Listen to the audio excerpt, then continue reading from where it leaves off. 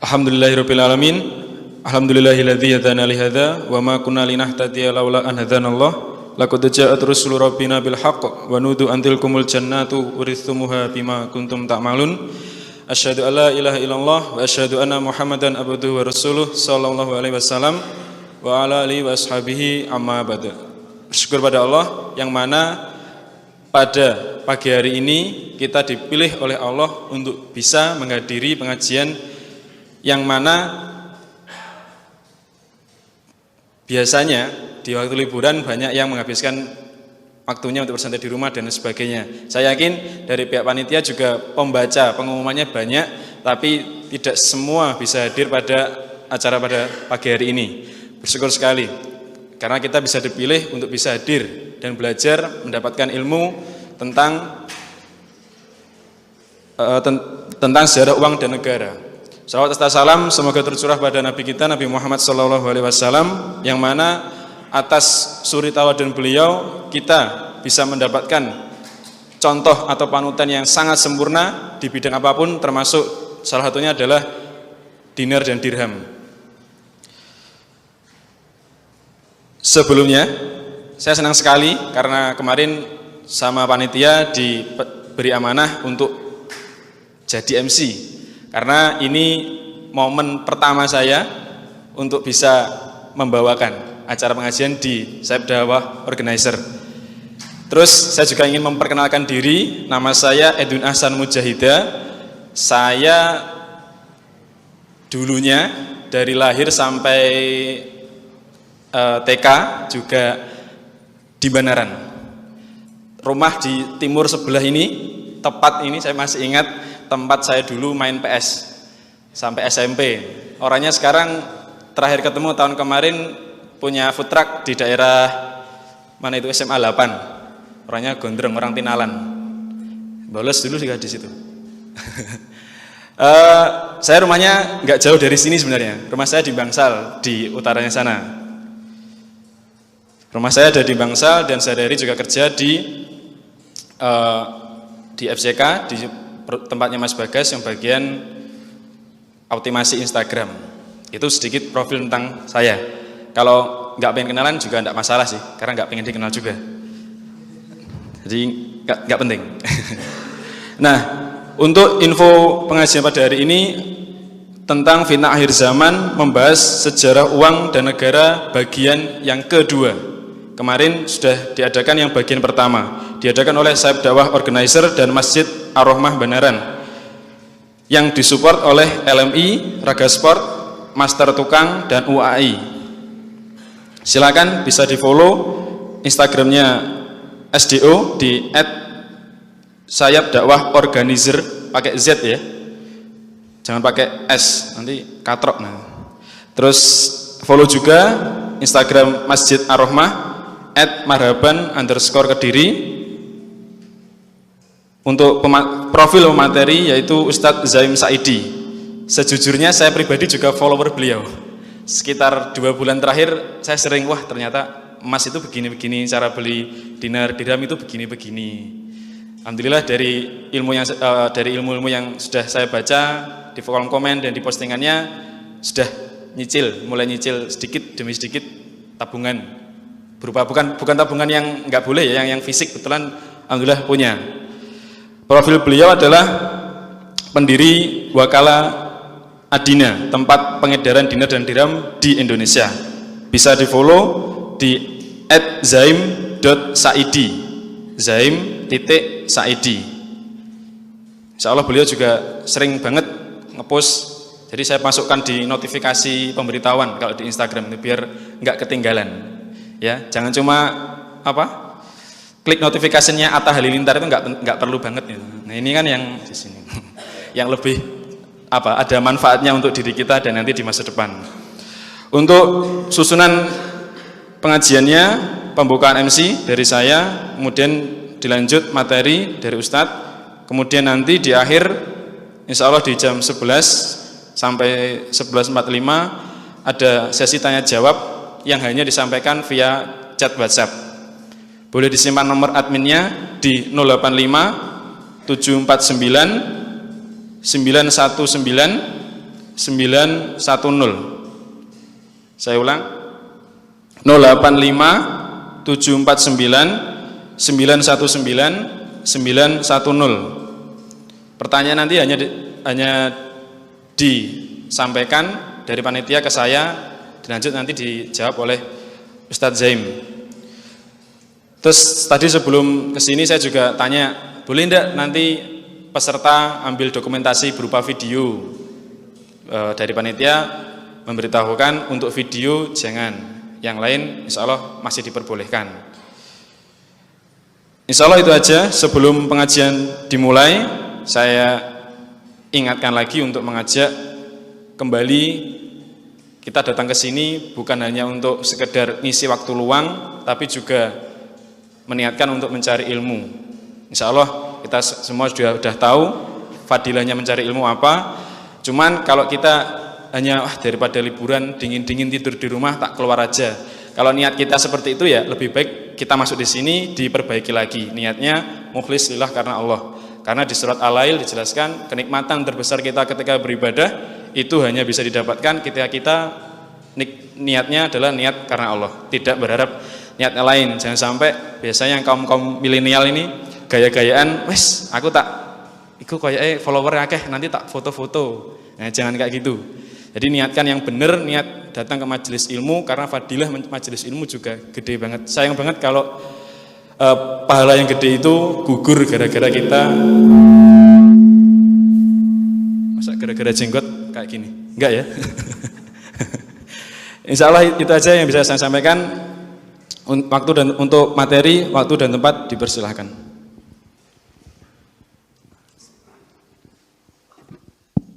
Tes.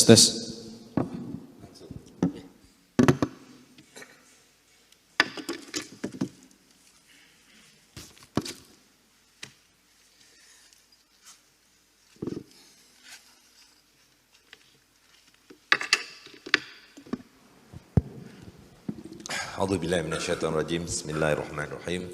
Asyhadu an la ilaha illallah wa asyhadu anna Muhammadar Rasulullah. Wala haula wala quwata illa billah. Assalamualaikum warahmatullahi wabarakatuh. Alhamdulillah pada pagi hari ini kita bisa bertemu ya. Jadi saya ucapkan terima kasih buat teman-teman yang sudah mengundang saya pada pagi hari ini. Jadi kita bukan hidup di akhir zaman, ya. Besok itu barang gaib, apalagi akhir zaman. Tapi kita hidup di ambang zaman baru. Jadi kita akan menyaksikan, mudah-mudahan dalam masa hidup kita, berakhirnya zaman kezaliman. Dan kita harus menyongsong zaman yang baru, yaitu zaman keadilan dan zaman kemakmuran. Nah, tapi kita tidak bisa jadi penonton. Jadi dalam menyongsong zaman baru itu kita harus berbuat. Jadi Nabi mengajarkan pada kita, tanamlah benih, bahkan kalau Anda tahu besok kiamat, teruslah menanam. Ya. Jadi tugas kita hari ini adalah menanam, menyemai dan menyuburkan zaman baru yang akan hadir itu. Karena apa yang kita lihat hari ini adalah di ambang runtuhnya satu zaman. Jadi one world dying, another being born. Nah, itu kalau dalam bahasa Inggrisnya kira-kira begitu. Nah, jadi judul pembahasan kita hari ini pun adalah runtuhnya demokrasi, di ambang runtuhnya demokrasi. Jadi penanda akan berakhirnya zaman kita hari ini yang kata Nabi adalah zaman ruwabaidoh, ya. Jadi zaman ketika orang-orang yang pembohong itu dipercaya dan orang-orang yang amanah ditinggalkan, dan orang-orang yang tidak layak memimpin menjadi para pemimpin. Nah, itu adalah salah satu ciri dari zaman yang kita hidup sekarang ini. Dan berakhirnya zaman ini berarti juga akan berakhirnya sistem yang sedang berlaku hari ini, yaitu sistem riba. Sistem kalau di sekolah disebutnya sebagai kapitalisme. Nah, kita mengenalnya sebagai sistem riba. Nah, karena itu saya ingin menjelaskan bahwa sebetulnya sistem di mana kita hidup ini nih sudah berlangsung dari sejak 500 tahun yang lalu, ya. Di mana dulu tetua-tetua kita hidup sesudah menjadi Islam, maksudnya ya, dari zaman abad ke-12 paling tidak yang dicatat sejarah itu di bawah para sultan, di bawah para sultan yang menjalankan syariat Islam, ya. Jadi kita mengenal kesultanan Islam itu dari Aceh sampai ke Raja Ampat di Papua. Nah, itu hidup di bawah para sultan. Nah, lalu masuk abad ke-16 datanglah orang-orang Eropa. Nah, mereka datang ke sini berdagang mula-mula, cari pala, cari lada, cari rempah-rempah. Dan sudah barang tentu membayarnya dengan emas atau perak, ya kan? Karena mereka datang ke sini sebagai pedagang mengikuti hukum yang berlaku di sini. Dan hukum yang berlaku di sini adalah syariat Islam, ya. Nah, jadi kalau kita lihat di Kesultanan di Aceh misalnya, sampai hari ini kita bisa menemukan kitab-kitab hukum yang dulu berlaku. Misalnya Mir'atul Tulab dari Syekh Asingkili. Ada satu lagi misalnya As-Safinah Al-Ahkam atau As-Safinah Hakam, ya. Nah, jadi kitab-kitab itu yang berjalan sebagai hukum yang hidup.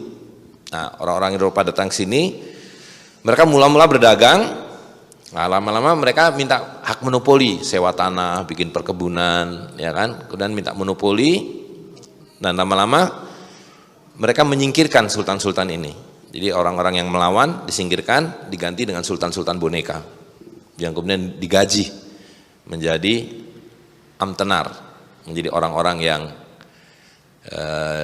dipekerjakan oleh Belanda, dan kemudian tugasnya berubah dari tadinya memimpin dan melindungi rakyatnya menjadi orang-orang yang memajaki rakyatnya dan menyerahkan uang-uang pajak itu kepada tuan-tuan mereka, yang dalam konteks kita adalah orang-orang Belanda. Nah, itu berlangsung, ya kan, mulai dari abad 17, abad 18 kemudian VOC bangkrut diganti oleh Hindia Belanda. Nah, Hindia Belanda terus berlangsung sampai ada perubahan zaman, di mana mulai abad ke-17 mereka menemukan satu teknologi baru, yaitu uang kertas.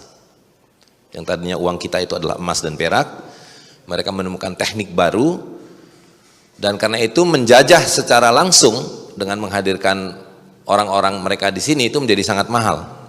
Nah, karena itu mereka mengubah teknik kolonialisme itu melalui teknik yang baru mereka temukan, yaitu riba, ya, dengan uang kertas, bank sentral dan seterusnya.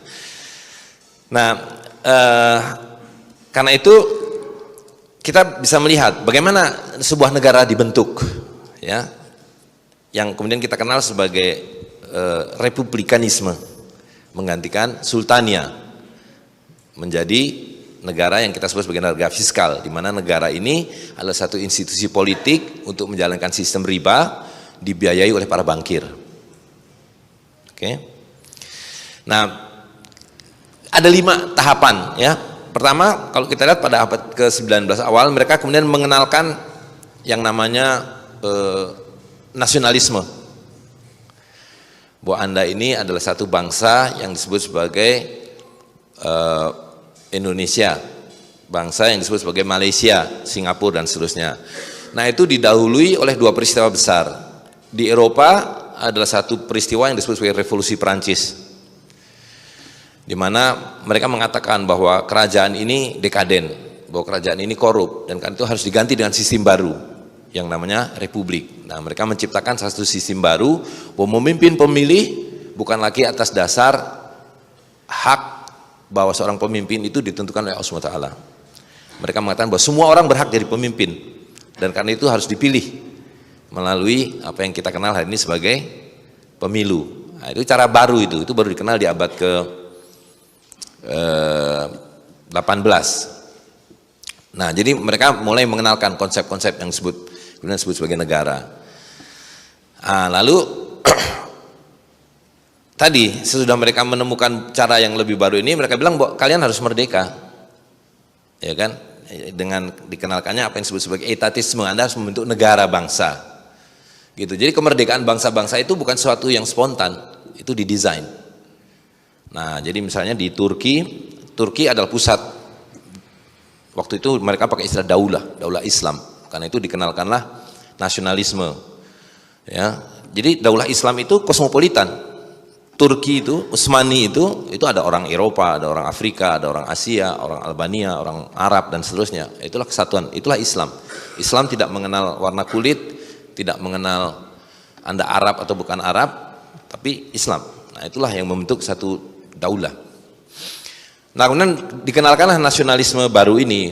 Nah, kalau Mesir harus dipimpin orang Arab dong, masa Mesir dipimpin orang Eropa, orang Albania, ya kan? Nah, muncullah yang namanya Turki Muda di sana. Nah, di sini paralel muncullah yang kemudian menjadi Sumpah Pemuda. Nah, itu adalah gerakan Freemason. Gerakan Freemasonry yang mengenalkan konsep baru bahwa Anda bermasyarakat itu harus melalui apa yang disebut sebagai negara. Nah, itu yang disebut etatisme. Nah, karena itu kemudian dimerdekakan satu persatu, ya. Jadi Anda merdeka, sekarang Anda berstatus sama dengan kami, orang-orang Eropa. Nah, tetapi kami maju, Anda masih terbelakang. Kami ini dunia pertama, Anda dunia ketiga. Karena itu Anda perlu membangun, mengejar kemajuan seperti kami. Maka dikenalkanlah istilah yang namanya pembangunan, ya kan? Jadi negara dunia ketiga Anda harus membangun, karena Anda bodoh, Anda miskin, Anda penyakitan. Harus ikut kami, menjadi maju, menjadi pintar, menjadi makmur dalam bahasa mereka. Nah, tapi kalian nggak punya uang. Tapi jangan khawatir, saya punya uang. Saya kasih hutang. Ya. Jadi dengan teknik yang baru, mereka bisa menciptakan harta itu tidak terbatas. Karena semula uang itu kan ini, koin perak atau koin emas, ya kan? Nah, itu tidak bisa dengan sembarangan dicetak. Karena jumlah emas dan perak adalah terbatas. Nah, kemudian mereka mengganti dengan uang kertas, nanti saya akan jelaskan lebih detail ya. Nah, dengan ini dia bisa cetak berapapun yang dia mau.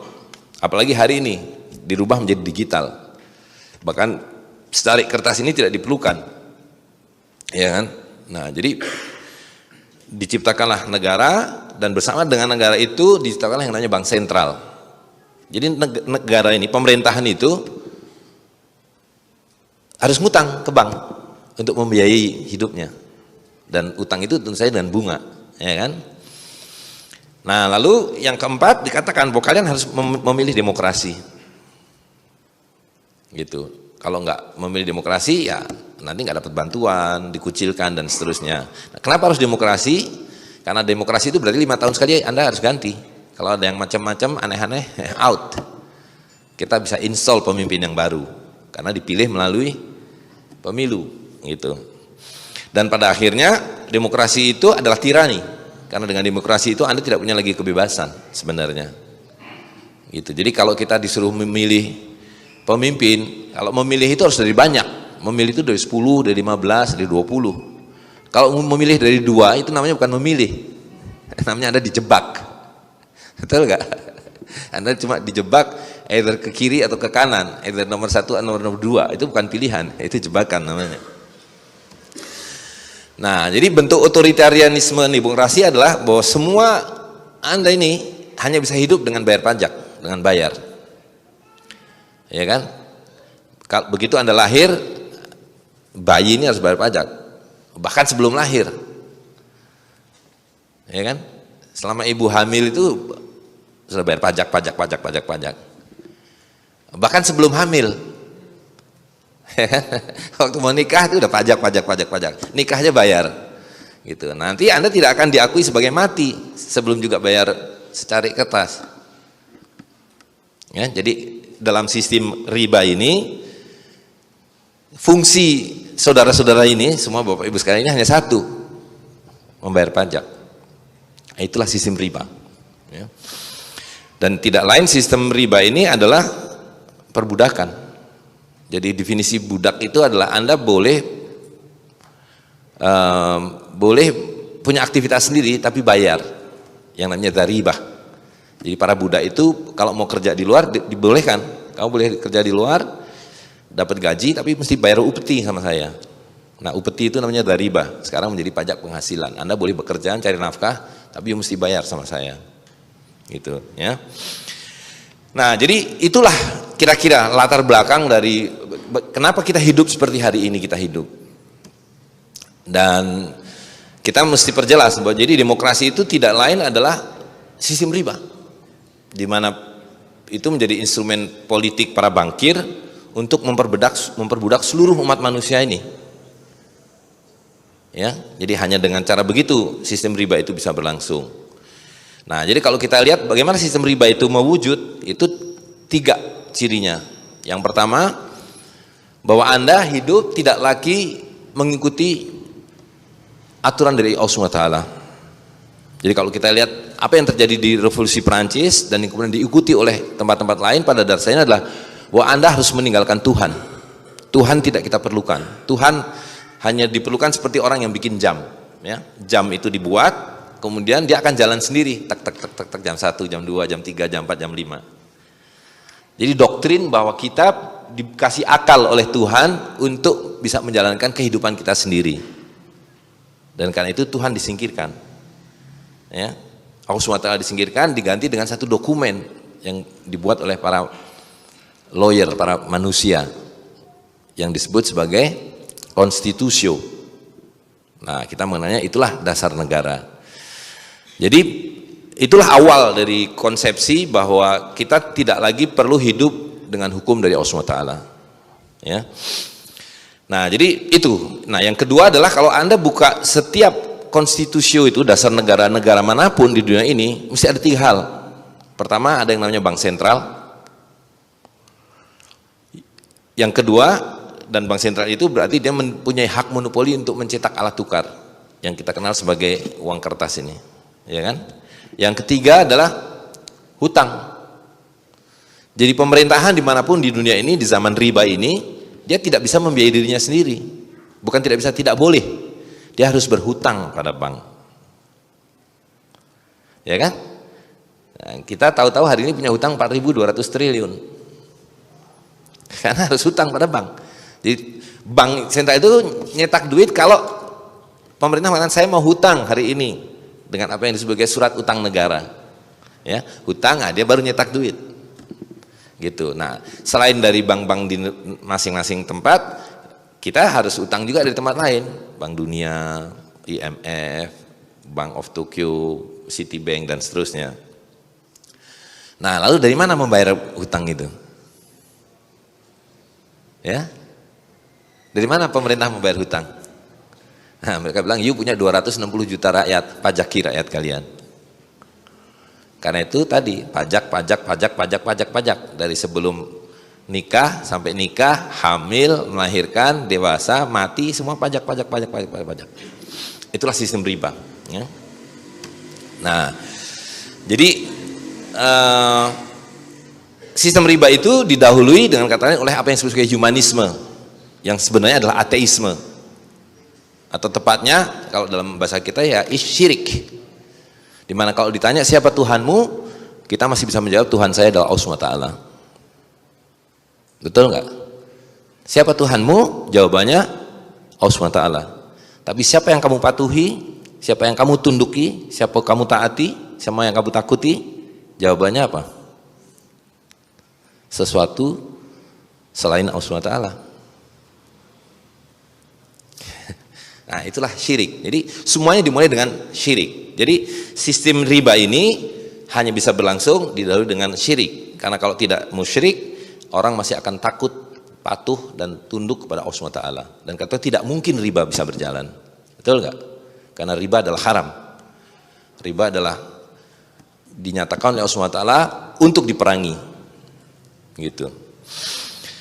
Nah, saya akan ceritakan lebih detail lagi sekarang, ya. Pada awalnya tadi, ketika belum ada yang namanya negara sekuler humanistik ini, manusia masih percaya pada Allah SWT, ya, dan karena itu dia masih tunduk pada Allah SWT. Di Eropa, meskipun kita tahu akidahnya sudah melenceng, tapi dia masih taat pada gereja. Ya, para raja itu adalah wakil dari Tuhan. Nah, di kalangan muslim juga begitu, bahwa yang memimpin masyarakat itu adalah para sultan. Karena para sultan adalah penerus kepemimpinan sesudah Rasul sallallahu alaihi wasallam. Dan hukum yang diterapkan adalah hukum Tuhan. Di Eropa ikut hukum Romawi, di negeri-negeri muslim mengikuti hukum dari Rasul sallallahu alaihi wasallam. Sesuai dengan syahadat kita, asyhadu alla ilaha illallah wa asyhadu anna Muhammadur Rasulullah. Jadi kita meyakini Tuhan yang ada Allah SWT, dan kita meyakini bahwa aturan hidup itu mengikuti Rasulullah SAW. Ya. Nah, ketika kebebasan itu ada, dan Allah SWT memberikan kebebasan. Pajak haram hukumnya, tidak boleh kita memakan harta orang lain secara batil. Riba haram, dan karena itu tidak boleh memonopoli alat tukar, dan tidak boleh memaksakan alat tukar. Allah SWT menyatakan, la ta'kulu amwalukum bainakum bil batil. La ta'kulu bainakum amwal bainakum bil batil. Janganlah kamu makan harta saudaramu dengan cara batil. Ila antakuna tijaratan antarodi minkum, kecuali melalui perniagaan yang redok sama redok. Ya. Jadi tidak boleh hukumnya mengatakan bahwa di sini hanya boleh berjual beli dengan jagung, atau dengan kedelai, atau dengan emas, atau dengan perak, apalagi dengan secari kertas. Ya. Kebebasan memilih. Orang boleh membayar ayam dengan saya bayar pakai kurma, saya bayar pakai jagung, saya bayar pakai kedelai. Nah, itulah perdagangan. Nah, ketika perdagangan kebebasan memilih alat tukar itu berlangsung, manusia itu fitrah dari Allah SWT memilih emas dan perak sebagai alat tukarnya. Nabi menyebutkan 6, ya kan? Emas, perak, gandum, barley, kurma dan garam. Tapi secara universal orang cenderung memilih pada emas dan perak. Karena Allah SWT dalam Al-Quran menyatakan, aku tanamkan zuyinal linasi hubus syahwat, dan seterusnya. Aku tanamkan kecenderungan dan keinginan pada manusia, pada harta, pada anak-anak, sawah, ladang, emas dan perak. Dan Allah menciptakan emas dan perak sebagai alat tukar. Karena itu haram hukumnya menggunakan emas untuk produk apapun. Kecuali ibu-ibu diberi dispensasi, dibolehkan menggunakan emas sebagai perhiasan. Selebihnya emas adalah uang, dan karena itu dia harus beredar. Haram hukumnya menimbun-nimbun emas, ya kan? Nah, jadi pada waktu itu semua orang menggunakan koin emas atau perak. Nah, lalu muncullah para pandai emas. Pandai emas yang mereka mengatakan, pegang emas itu nggak aman, berat, seperti yang sering kita dengar hari ini. Nanti hilang, nanti dicuri, titipkanlah pada saya. Ya kan? Nah, orang-orang itu kemudian menitipkan, mempercayakan amanah ini kepada para pandai emas ini. Ini saya titip 1 dinar, 1 kintal, 1 on dan sebagainya. Lalu mereka mengeluarkan kwitansi bahwa fulan menitipkan pada saya 1 koin dinar. Oke? Nah, dalam bahasa fikih ini disebut sebagai ain. Ini sebagai dain, surat utang, janji hutang, voucher. Jadi harta itu ada 2 macam. Harta yang hadir, yaitu ain, dan harta yang ghaib, yaitu dain. Nah, di dalam syariat Islam ini boleh orang mengeluarkan dain untuk 1 titipan, tapi ini tidak boleh dipakai buat jual beli. Karena kalau berjual beli pakai ini maknanya tidak kontan, tapi membayar dengan hutang. Jadi dainnya ini harus dikembalikan, kwitansi ini diambil ainnya, koin emasnya baru dipakai buat bayar. Nah, ini yang disebut sebagai yadan biadin, dari tangan ke tangan, tunai. Ya, kalau membayar ini tidak tunai, ini membayar dengan dain. Nah, lalu para pandai emas ini tahu, kalau ada 1 orang nitipkan emas sama dia bisa keluarkan kwitansi lagi. Ada orang mau beli rumah nggak punya duit, saya pinjami, ini saya punya harta nih, ya kan? Dia keluarkan kwitansi lagi, hutang, bayar bunga sama saya. Karena ini kemudian diyakinkan, wah udah pakai aja itu buat jual beli. Ya, jadi ini mulai berlaku sebagai alat tukar. 2, ada orang datang lagi mau beli motor, nggak punya duit, saya hutangi, jangan khawatir, saya punya harta nih. Dia keluarkan 1 lagi kwitansi. Sampai dia tahu bahwa dari setiap 1 koin yang dititipkan sama dia bisa mengeluarkan 13 kwitansi. Baru pemiliknya datang ngambil. Ya. Nah, inilah yang sekarang menjadi dasar apa yang di bank disebut sebagai capital adequacy requirement. Jadi bank boleh punya modal hanya 8%, 1/12. Sedangkan kalau kita lihat neraca bank itu, kalau yang belajar akuntansi pasti tahu, kan 100%. Lajur kiri harus sama dengan lajur kanan, hutang sama dengan aset, ya kan? Nah, padahal dia sekarang diizinkan punya hanya 8%, 1/12. Nah, yang 92% dari mana? Ya kan? Nah, itu tadi yang dia cetak ini. Jadi bank itu nyetak uang setiap kali dengan cara membuat orang lain berhutang.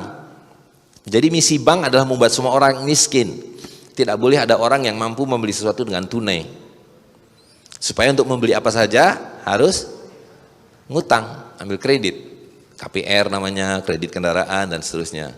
Dan dia memberikan hutangnya bukan karena dia mengumpulkan uang dari masyarakat terus diserahkan masyarakat, enggak. Dengan cara dia mencetak dari angin. Nanti kita lihat secara lebih detail ya.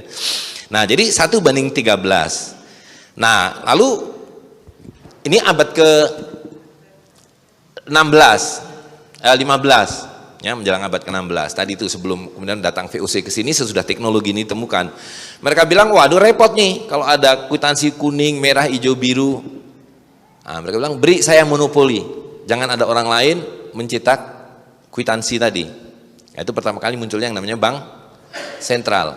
Ya, jadi kalau ada orang lain, nih, bapak-bapak bisa nggak membuat ini? Bisa nggak? Bisa, bawa ke tukang sablon, tolong dong sablonin. Ya kan? Atau fotokopi berwarna, tolong dong fotokopi ini dilipatkan jadi 100 biji. Bisa. Nah, tapi dibilang kalau ada yang bikin ini harus ditangkap polisi, dibilang memalsukan uang. Kecuali yang diberi hak monopoli. Yaitu perusahaan-perusahaan swasta yang diberi hak bahwa kamu yang saya kasih hak monopoli buat nyetak duit. Nah, lalu kalau saya butuh duit, saya hutang sama kamu. Hebat gak tuh? Jadi saya kasih Anda, tolong bikin monopoli uang, dan nanti saya hutang sama sampean. Dan sampean ngasih ke saya beban bunga, ya kan? Tadi itulah negara. Nah, jadi dimonopoli oleh bank sentral. Nah, ketika sudah dimonopoli, tentu dia bisa berbuat apa saja. Nah, pada tahun 1929 Amerika mengalami krisis besar. Nah, dia bilang seluruh emas rakyat harus diserahkan ke bank sentral. Tidak cuma-cuma, dibeli dengan harga $20 per ounce. Nah, jadi lihat ya, ini adalah the Fed, ini bank sentralnya Amerika. Ini punya beberapa orang aja nih perusahaan swasta yang dikasih hak monopoli. Nah, lihat, ini uang tahun 1922. Di situ ditulis $10 in gold coin, payable to the bearer on demand. Maksudnya adalah bahwa kertas itu senilai $10 dalam bentuk dolar emas. Dan harus diserahkan kepada siapapun pemiliknya kalau dia minta. Karena fungsi kertas ini hanya sebagai kwitansi. Ya. Nah, itu yang sebagai promissory note, surat hutang. Nah, Amerika mengalami krisis, semua emas dirampas, kemudian dilebur. Mereka bilang, lihat, itu tahun 33 kejadian. Tahun 34 dia keluarkan dolar yang baru. Di situ ditulis will pay to the bearer on demand $20. Jadi akan diserahkan kepada siapapun yang meminta sebanyak $20. Apa bedanya dengan uang tahun 22? Hah? Tidak ada lagi emasnya. Tapi mereka bilang jangan khawatir, setiap kali saya mencetak uang kertas ini, saya backup dengan emas. Jadi emas-emas yang tadinya berupa koin milik rakyat itu dilebur menjadi emas batangan. Nah, di situ kita mengenal ada yang namanya LM sekarang istilahnya, yaitu emas batangan, logam mulia, ya kan? Jadi lihat apa yang terjadi. Perubahan dua hal. Pertama, emas dan perak yang semula adalah milik rakyat sebagai alat tukar, sebagai uang, itu diambil oleh para bankir. Kemudian dilebur menjadi emas batangan, disimpan di timbun-timbun. Nah, lalu yang kedua tadi, bahwa Anda cukup pakai uang kertas ini. Ini sudah jadi uang sepenuhnya. Dan kalau kalian mau punya emas, ya boleh, tapi dengan cara membeli. Ya kan? Beda dengan semula kan? Semula kita kembalikan kwitansi, emas itu milik kita. Hari ini enggak. Emas milik bankir, Anda mesti beli. Dan harganya bukan lagi $20 per ounce, tapi $35 per ounce. Jadi didevaluasi 40% gitu, ya. Nah, jadi lihat Model ini kemudian ditiru oleh semua yang disebut negara nasional tadi itu. Karena negara nasional itu di seluruh dunia semua sama. Yaitu Anda punya bank sentral, Anda punya uang kertas, dan Anda punya hutang berbunga. Jadi pemerintahan ini semuanya dibiayai dari hutang. Nah ini saya kasih contoh real, uang Arab Saudi hari ini. Ya kan? Real ini dulunya ada koin perak. Sebanyak 11 gram setiap real.